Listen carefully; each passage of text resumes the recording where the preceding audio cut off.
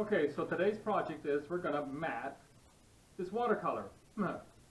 Everybody knows it's rather expensive when you take it into a frame shop, so we're going to go ahead and mat it ourselves. This is fairly straightforward, fairly easy. What's the first thing we do when we're preparing? Have clean hands. Look at that, clean your hands. Also, be aware of how you're touching stuff with your finger. Instead of just rubbing your fingers on there, I try to grab it from the sides, and I'm very conscious of not touching the surface. Nothing worse than doing a nice mat job and then boom, you got fingerprints all over it and they're hard to rub out, or maybe they're oily, you're not going to rub it out. So just basically, it's an awareness, be clean, have everything nice and clean. Some basic tools. This is a little sweeper, so if you get some kind of stuff on here, you wipe it off. This is we're going to use some double-sided tape. This is a double-sided tape applicator. We're not going to use that. This is double-sided tape. This is I think 3/8 half inch. And once you peel it, this side is sticky, and then you peel off the other side, and both sides are. You're going to use that when you attach both mats, one mat to the other mat.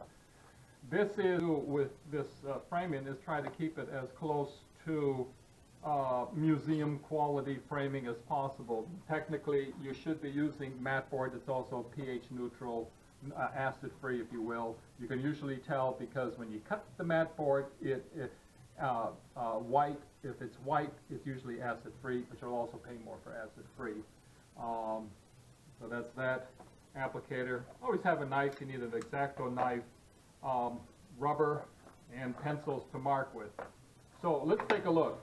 So as a quick reference, here's a painting. The painting size is 12 by 9. So how do we know what size of a mat to put on it?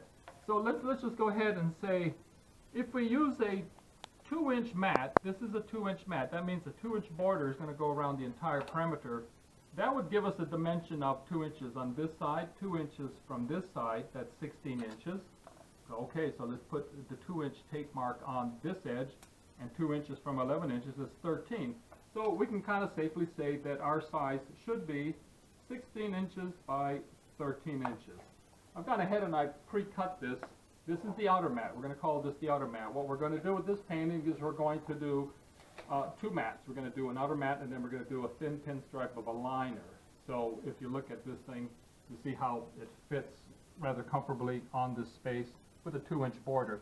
Now I also know that even though we've selected to do a 2-inch mat, look, if we cut this thing at 16 inches and do a 2-inch mat, well, it's going to put it right in the very edge. I know that we're going to put a liner on here that's going to be about 1/4 of an inch. And so when we cut the second mat, it's going to come into the picture enough to cover up the shredded edge. Do look at your picture and make sure that this is the time. If you see any schmack or any yak on this thing, this is when you want to rub it out. Because once you put it underneath glass, you're not going to have that opportunity. Here's my brush. I'm just going to take that and make sure that it's well off of my work site so I don't accidentally attract it and get it stuck.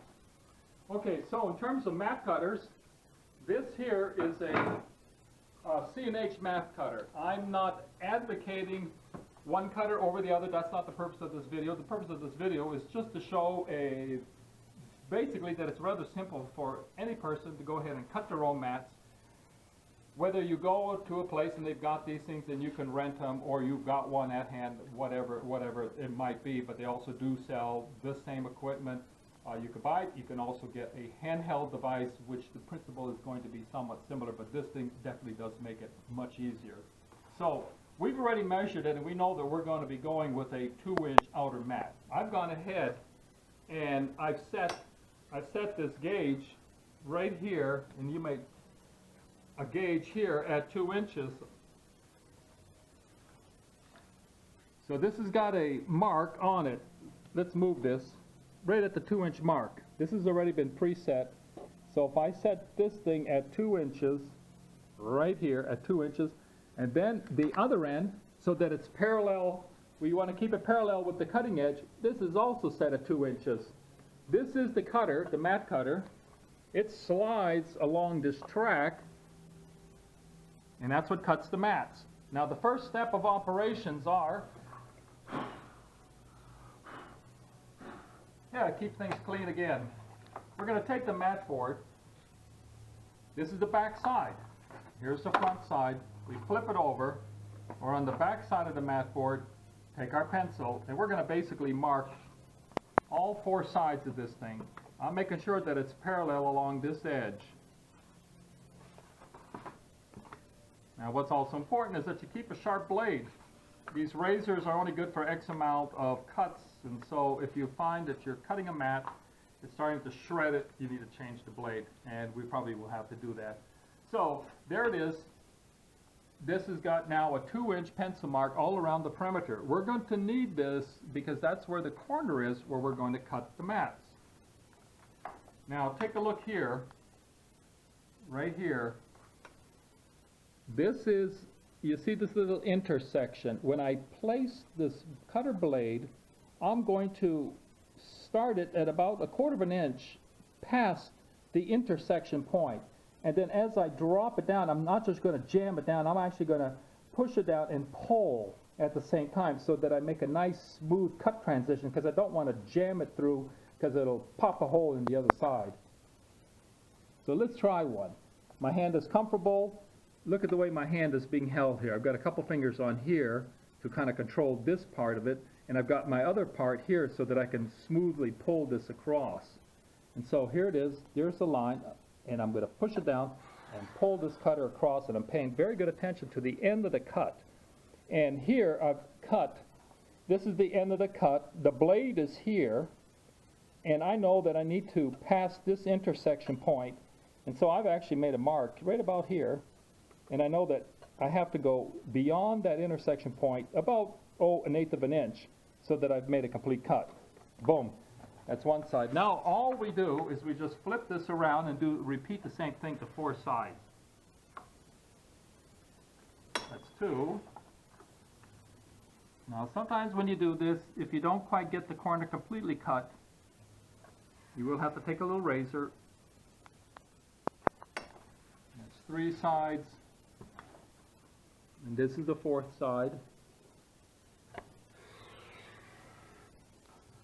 And I've been kind of careful not to overcut these cuts. All right, so there's 4 sides. Let's pull this out.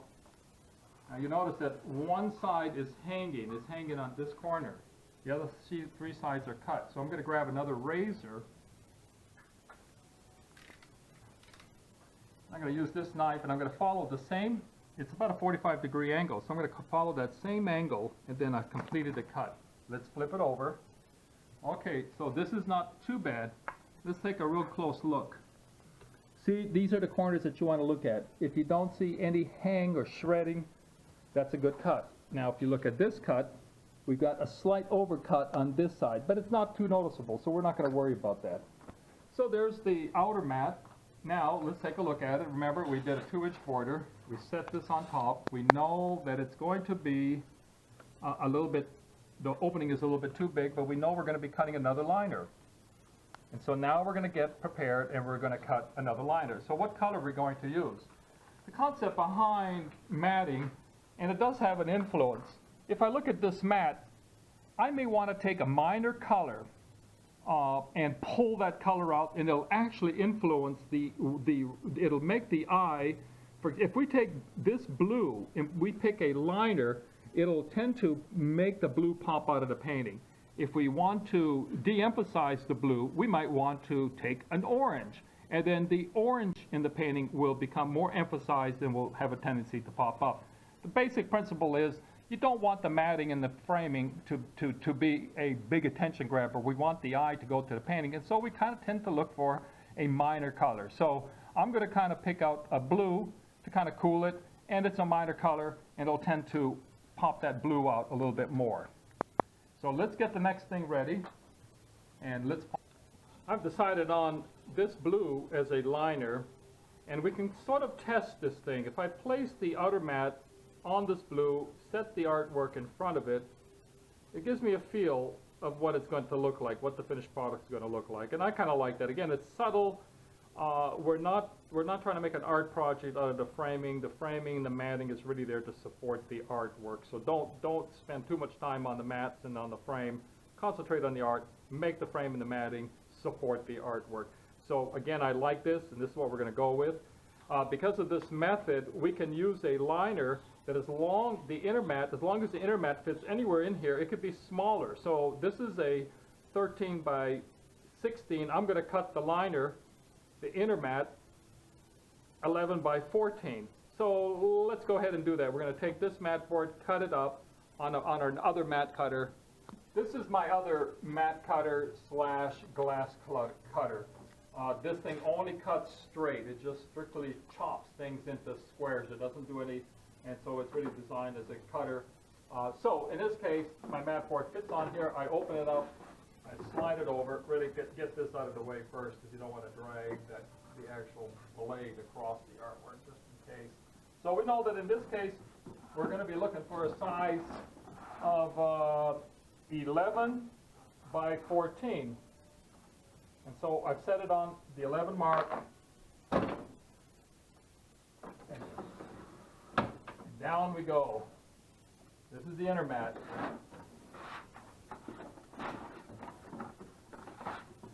Taking this up. Notice how I'm grabbing the artwork. I'm using the palm of my hand instead of the finger, so I keep it clean. Again, the whole trick is avoid finger marks. Okay, so getting ready to cut the other side. I'm going to check both ends, and I can see that this side has got a little bit of imperfection. So let's cut the other side. Move the cutter out of the way, slide it in, and we know that we're going to be going for 14 inches. Here's 14 inches. I push the cutter down, drag the knife, and it chops it. And then that's my inner mat. So here is our outer mat. It's already cut, 2 inch wide. This is the inner mat. All we're going to do now is we're going to use some double-sided tape around the perimeter. We're going to stick this on. We're going to flip it over, and we're going to cut the liner on the same cutter. So let's go ahead and do that. This is that double-sided tape. Again, you can use this nice applicator, but it's a bit of a hassle, and I don't do enough of it to use it. So you don't want to buy more equipment than you have to buy. Quick correction, make sure that you're double-siding tape on the back side. This is the front side, don't touch that. This is the back side, this is where we're going to be putting our double-sided tape. Peel it off, and there's the tape there, otherwise it'll stick to this side. So I kind of use my finger and I make sure that it's stuck onto this part of it. So now as I pull it off, the tape is here.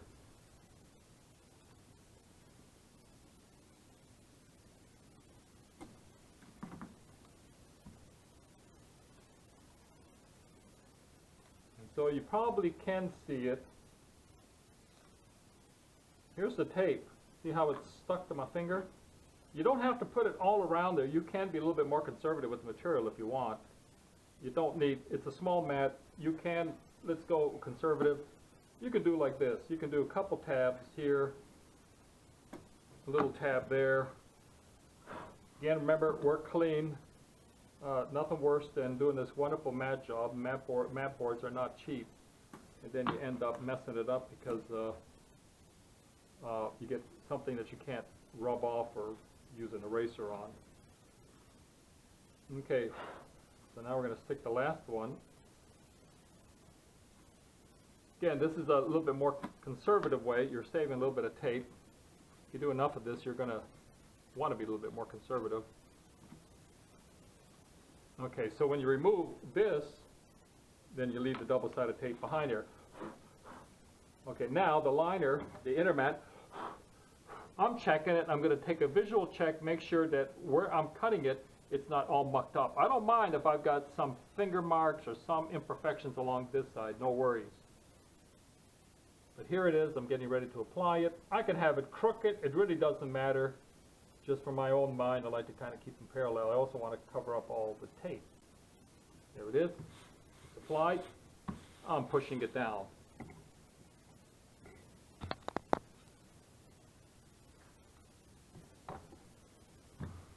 Okay, so boom, there it is. We're done with that part. Okay, now we're going to cut it. Let's take another look over here. This time, we're going to take this time we're going to make this thing, we got this thing currently set at 2 inches. If we want a 1/4 inch, we can do 1/2 inch, 3/8 inch, but I find that the smaller that reveal is, the better. 1/4 inch is about as big as I'd want to, or as small as I'd want to make it. If you make it too small, too narrow, it's really hard to cut a narrow inner mat unless you've got like real super precise equipment. So I'm setting this bar at 2 1/4 inches from the cutting edge. So we got 2 inches for the outside mat, we got a 1/4 inch for the inner mat, 2 1/4 inches total. Now we're going to do what we did earlier. We're going to set it in here as long as it's parallel along this line. We're going to take our pencil and we're going to mark, because what we're doing, we're marking is we're finding the corners. That's all we're doing. We're just looking for the corners, because the corners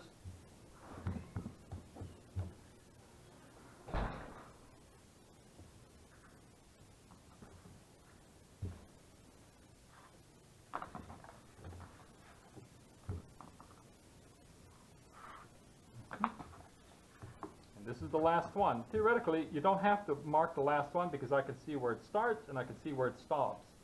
So again, remember, I'm pulling, as I'm dropping it into, I'm pulling it.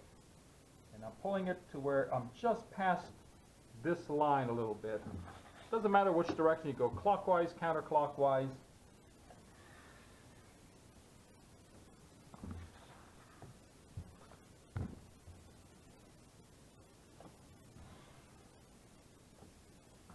This is the last side.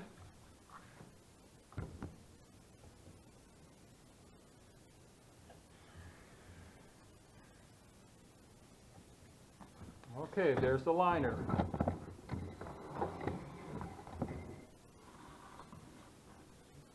There it is, boom. Look at that. Isn't that sweet? Nice and clean. Look at the corners. Corners are nice and clean. That's kind of what you want. Now here's our painting.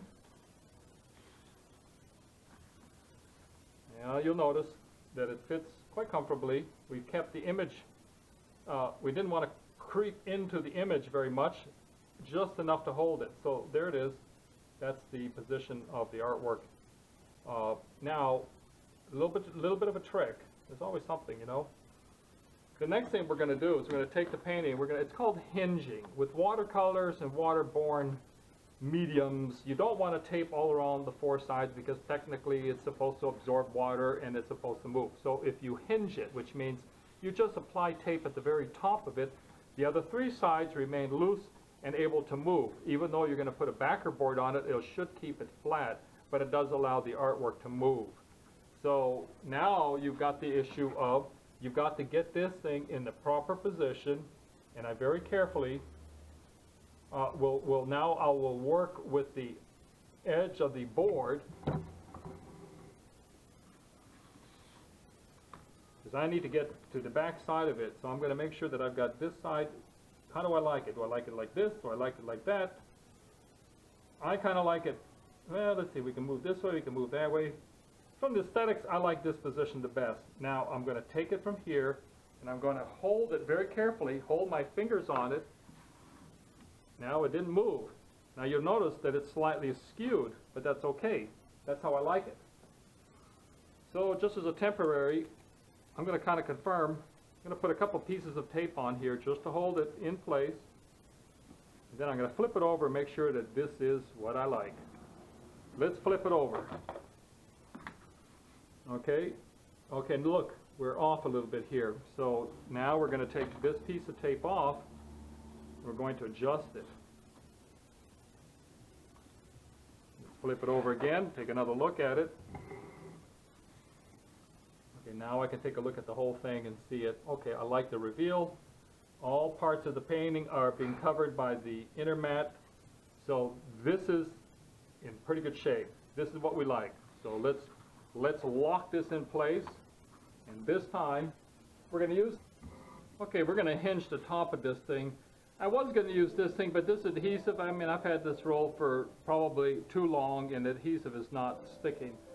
So I'm going to use this. This is kind of a Scotch tape. It's kind of a pH neutral tape, and so that's what I'm going to use. So I'm going to use it 3 times, 3 layers, put one directly in the middle between the paper, in the artwork.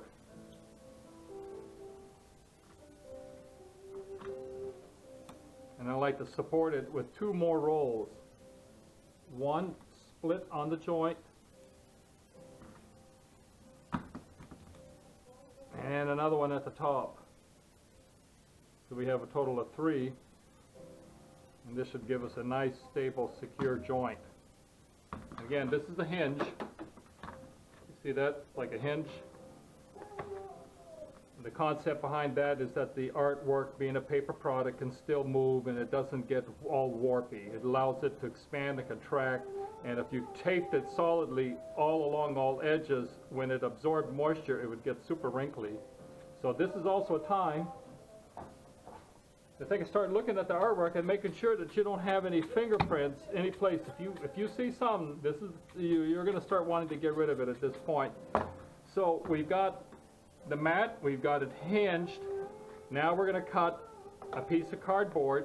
Again, I'm going to clarify, we're not making this museum quality, gallery quality. If you're using cardboard like this, this has got a lot of acid, and 10 years, 15 years down the road, if you take this cardboard off of this artwork, you're going to see all of these little yellow spots. So if you're doing it correctly, you would put a little liner in here that would separate this backing from here, or use a pH neutral, but you know, like foam core or something. So we've got 2 other steps to do. We're going to cut a piece of cardboard for the back, the size of our original art, which is 14 by 16, and then we're going to cut a piece of glass 14 by 16. We're going to cut it on that other piece of equipment, and let's get that set up so you can see how that works.